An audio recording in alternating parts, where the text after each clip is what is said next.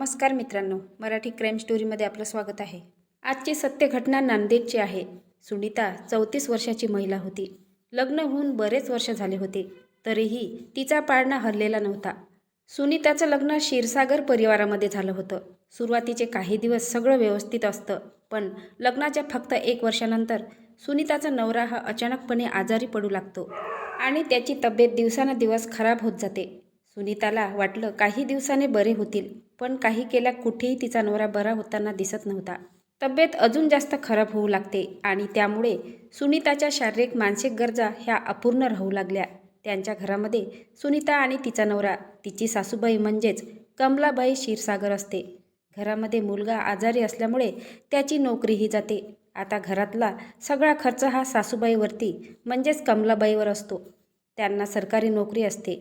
त्या आधारावरती त्यांचं घर चालत असतं. सुनीता फोनवरती आपल्या आईला सांगते की कितीही उपचार केले तरीही माझ्या पतीची तब्येत काही बरी होताना दिसत नाही. मला अशा कुठल्या मुलासोबत तुम्ही माझं लग्न लावून दिलं? तो नेहमीच आजारी असतो.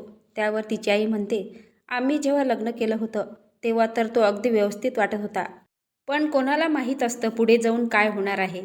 सुनीताच्या आईने सांगितलं की त्याचं नीट उपचार करा, तो बरा होईल. सुनीता म्हणाली, आम्ही त्याचा उपचार करून थकून गेलो आहे, पण काही फायदा होत नाही. सुनीता आपल्या पतीच्या आजारामुळे फार वैतागून गेली होती, कारण की तिच्या शारीरिक तसेच मानसिक या अतृप्त राहिल्या होत्या. त्यामुळे सुनीताची चिडचिड वाढू लागली. पूर्ण दिवस सुनीताचा वेळ कामामध्ये कसा जायचा कळायचंच नाही. पण जेव्हा रात्रीची वेळ असायची तेव्हा तिला एकटेपणा जाणवायचा. पती घरात असूनही तो काही काम करू शकत नव्हता. त्यामुळे तिच्या शारीरिक इच्छा अपूर्ण राहू लागल्या आणि आता तिला या गोष्टीचा त्रास होऊ लागला. सुनीताने ठरवलं की याच्यावरती काहीतरी करावे लागेल. त्यामुळे ती घराबाहेर प्रेम शोधू लागली. आता सुनीता हप्त्यातून 2-3 वेळा भाजी घ्यायला जायची. तेव्हा तिथला भाजीवाला नेहमी तिच्यासोबत गोड बोलायचा आणि तिच्याकडे वेगळ्याच नजरेने बघायचा. तेव्हा सुनीताला समजायला उशीर झाला नाही की हा मुलगा तिच्याकडे कसल्या नजरेने बघतो आहे. आधी ती त्याच्याकडे लक्ष द्यायची नाही. जेव्हा तिला नंतर प्रेमाची गरज भासू लागली तेव्हा तीही त्याच्यासोबत व्यवस्थितपणे बोलू लागली. आता जेव्हा कधी भाजी घ्यायची असतील तेव्हा ती त्यांच्याकडूनच भाजी घ्यायची. त्याच्यासोबत मनमोकळे गप्पा मारायची, मजाक मस्करी करायची. आता हा भाजीवाला मुलगा होता परमेश्वर वानखेडे. तो सुनीतापेक्षा 8 वर्षांनी लहान होता. सुनीता 34 वर्षाची होती आणि हा 26 वर्षाचा होता. तो अविवाहित तरुण होता. सुनीताला वाटलं तिच्या जे काही अपूर्ण इच्छा आहेत ते पूर्ण करण्यासाठी हा मुलगा व्यवस्थित आहे. त्यामुळे तिने त्याचा नंबर घेतला आणि हळूहळू त्यांचं बोलणं सुरू झालं. आता सुनीता घरातली प्रत्येक गोष्ट भाजीवाल्यासोबत म्हणजे परमेश्वर वानखडेसोबत शेअर करू लागली. सुनीताने त्याला हेही सांगितले की माझा पती माझ्यावरती प्रेमच करत नाही. तो मुलगा म्हणाला की असं काय झालं, तुम्ही एवढे सुंदर आहात, तुमच्यावरती कोणीही प्रेम करायला हवं. त्यावरती म्हटले, माझा पती काही करू शकत नाही कारण तो नेहमीच आजारी असतो. आता त्या मुलाला समजायला उशीर लागला नाही की ही त्याला कसल्या गोष्टीसाठी इशारा देते आहे. त्याला समजलं की हिला नेमकं काय हवं आहे. अशा प्रकारे त्यांचं प्रेम प्रकरण सुरू झालं. जेव्हाही वेळ मिळेल तेव्हा ते गावाबाहेरच्या लॉजवरती जाऊ लागले आणि त्या ठिकाणी त्यांचे अनैतिक नात्याला सुरुवात झाली. आता सुनीता काही ना काही बहाणे करून घराबाहेर पडायची आणि आपल्या प्रियकरासोबत बाहेर जायची. म्हणजेच परमेश्वर वानखडेसोबत लाजवर जात असे आणि जोपर्यंत तिचं मन भरत नाही तोपर्यंत ती सगळं काही करायची. त्यानंतर ती घरी येऊन जायची. असंच त्यांचं अनैतिक नातं बऱ्याच वर्षापासून सुरू होतं. आता सुनीताच्या लग्नाला बरेच वर्ष झाली असतात तरीही त्यांच्या घरचा पाळणा हलला नसतो. त्यामुळे ती प्रियकराला म्हणते, माझी अशी इच्छा आहे की मी आई व्हावं. माझा पती काही करू शकत नाही, त्यामुळे तूच मला मूल देऊ शकतो. ती आपल्या प्रियकराला विनवणी करू लागली, आग्रह करू लागली की आपलं बाळ व्हायला पाहिजे. पण त्या भाजीवाल्याला तिच्यासोबत फक्त प्रेमाच्या नावाखाली लॉजवरती जाऊन आपली वासना शांत करायची होती. त्याला मूल वगैरे करायचं नव्हतं. असेच काही दिवस गेले. सुनीता त्याला नेहमी आग्रह करायची, मला मूल पाहिजे, पण तिचा प्रियकर या गोष्टीत कधीही इंटरेस्ट घ्यायचा नाही. बघता बघता काही वर्ष उलटले. नोव्हेंबर 2025मध्ये सुनीताच्या नवऱ्याच्या दीर्घ आजारामुळे दुःखद निधन झालं आणि त्याच्या निधनानंतर घरावरती दुःखाचा डोंगर कोसळला असतो. आता पतीच्या निधनानंतर सुनीता आता प्रियकरासोबत मनमोकळेपणे बोलणं चालणं भेटणं सुरू झालं. कारण की आता तिच्या पतीचं निधन झालं होतं आणि ती आता असा विचार करू लागली की तिच्या प्रियकरासोबत लग्न करून घेईल. त्यामुळे सुनीता आपल्या प्रियकरासोबत मनमोकळेपणे बोलू लागली, भेटू लागली आणि घरात असतानाही ती त्याच्यासोबत फोनवरती तासनतास बोलायची. आता सत्य कधीपर्यंत लपून राहणार ते कधी ना कधी माहीत पडणारच होतं. पतीच्या मृत्यूला आता 2च हप्ते झाले होते. सुनीता आपल्या प्रियकराला फोन करून सांगते की माझी सासूबाई कामानिमित्त बँकेत गेली आहे, त्यामुळे तू लवकरात लवकर माझ्या घरी ये. मी घरामध्ये एकटीच आहे. आता हे ऐकून तो प्रियकर खूप खुश झाला आणि तो लगेच सुनीताच्या घरी येतो. आता घरी आल्यानंतर सुनीताचे आणि परमेश्वर वानखेडेचे घरातच संबंध सुरू होतात. दोघेही अनैतिक नात्यामध्ये गुंतलेले असतात. तेव्हाच अचानक तिची सासूबाई घरात येते आणि त्यांना रंगेहात पकडते. तेव्हा तिचा प्रियकर तेथून पळ काढतो. पण सुनीता कोठे जाणार? तिला सासू रागावते आणि म्हणते, हे सगळं प्रकार चुकीचा आहे. तुझ्या नवऱ्याला जाऊन 2 हप्ते झाले नाही आणि तू हे सगळे धंदे सुरू केले आहे. सासूबाईने तिला समजावण्याचा खूप प्रयत्न केला की समाजामध्ये आपल्याला राहावं लागतं. जर हे लोकांना समजलं तर आपली बदनामी होईल. त्यामुळे तू असं काही करू नको.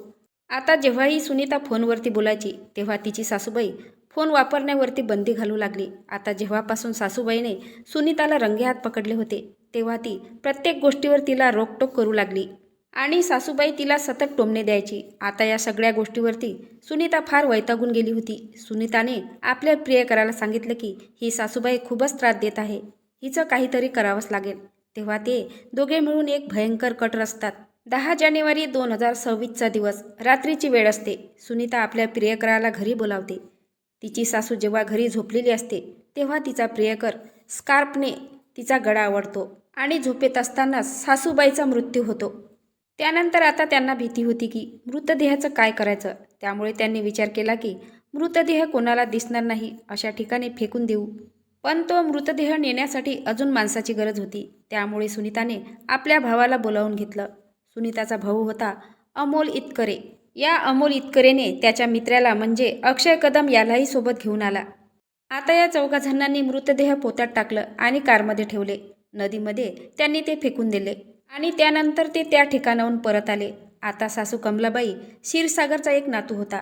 तो चुलत नातू होता. तो नेहमी त्यांच्या घरी 1-2 दिवसाआड त्यांच्या भेटीला यायचा. तो दुसऱ्या दिवशी घरी आला. त्याने बघितलं की आजी घरी नाही. त्याने विचारलं तेव्हा सुनीताने त्याला सांगितलं आजी बाहेर गेल्या होत्या, त्या अजून आल्या नाही. आता दुसऱ्या दिवशीही तो आला, मात्र आजी काही दिसल्या नाही. असं करत करत 3 दिवस उलटून गेले तरीही त्याला आजी दिसली नाही. त्यामुळे त्याने असं ठरवलं की पोलीस स्टेशनमध्ये जाऊन त्यांची मिसिंग कंप्लेंट दाखल करावी. कमलाबाईचा नातू 13 जून 2026च्या दिवशी पोलीस स्टेशनमध्ये जाऊन मिसिंग कंप्लेंट दाखल करतो. पोलीस कमलाबाईचा फोटो घेतात आणि लगेच तपास सुरू करतात. पोलिसांच्या तपासाला यश येतं आणि त्याच दिवशी त्यांना तो मृतदेह नदीमध्ये मिळतो. पोलीस मृतदेह पाण्याबाहेर काढतात आणि त्यांचं पोस्टमॉर्टम केलं जातं. मृतदेह पूर्णपणे सडलेला कुजलेला होता. आता मृतदेह अशा अवस्थेमध्ये मिळाल्यामुळे पोलिसांना संशय आला. या महिलेची कोणीतरी हत्याच केलेली आहे आणि ते नदीमध्ये फेकून दिले आहे. त्यामुळे सगळे CCTV चेक करण्यात येतं. त्यामध्ये त्यांना महत्त्वाची माहिती मिळते. 10 जानेवारी 2026च्या दिवशी त्यांना असं दिसतं की त्या कमलाबाईच्या क्षीरसागर घराजवळ काही अज्ञात व्यक्ती गाडीवरती येताना दिसले आणि रात्रीच्या वेळी ते काहीतरी पोत्यामध्ये घेऊन जाताना दिसले आणि त्यावरतीच त्यांना संशय आला. त्यांना CCTVमध्ये एक गाडी दिसली आणि त्यांच्या गाडीच्या नंबरवरून पोलिसांना समजलं की तो व्यक्ती मोहित इतकरे होता. पोलिसांनी त्याचा तपास केला, त्याला पकडलं आणि जेव्हा त्याची विचारपूस केली तेव्हा समजलं की यामध्ये त्याची बहीण देखील या हत्येमध्ये होती. हत्या 10 जानेवारीला झाली आणि हत्येच्या 13 दिवसानंतर म्हणजे 23 जानेवारी 2026च्या दिवशी पोलिसांनी सुनीता आणि तिचा प्रियकर परमेश्वर वानखेडे आणि तिचा भाऊ अमोल इतकरे, अक्षय कदम या 4घांना पोलिसांनी अटक केली आणि त्या 4घांनी आपला गुन्हा कबूल केला. त्यांच्यावरती खटला चालू आहे आणि न्यायालयाने त्यांना 28 जानेवारीपर्यंत पोलीस कोठडी सुनावली होती. मित्रांनो, या घटनेमध्ये त्या महिलेची खूप मोठी चूक होती. पतीच्या निधनानंतर तिने दुसरं लग्न करून घ्यायला पाहिजे होते, कारण तसंही तिला मूलबाळ नव्हते. ती दुसरं लग्न करू शकत होती. दुसरी चूक अशी केली की ती आपल्यापेक्षा लहान वयाच्या तरुणाच्या प्रेमात पडली. मात्र महिलांनी लक्षात ठेवायला पाहिजे की कधीही अविवाहित तरुण फक्त विवाहित महिलांसोबत टाईमपास करतात. ते कधीही विवाहित महिलांसोबत लग्न करू शकत नाही आणि तिसरी चूक, प्रियकराच्या मदतीने सासूची हत्या केली आणि तुरुंगात जाऊन बसली. अशा घटनांपासून नेहमी सतर्क राहा, काळजी घ्या.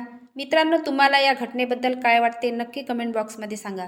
नवीन असाल तर चॅनलला सबस्क्राईब करा, लाईक करा. भेटूया पुढल्या व्हिडिओत. जय महाराष्ट्र.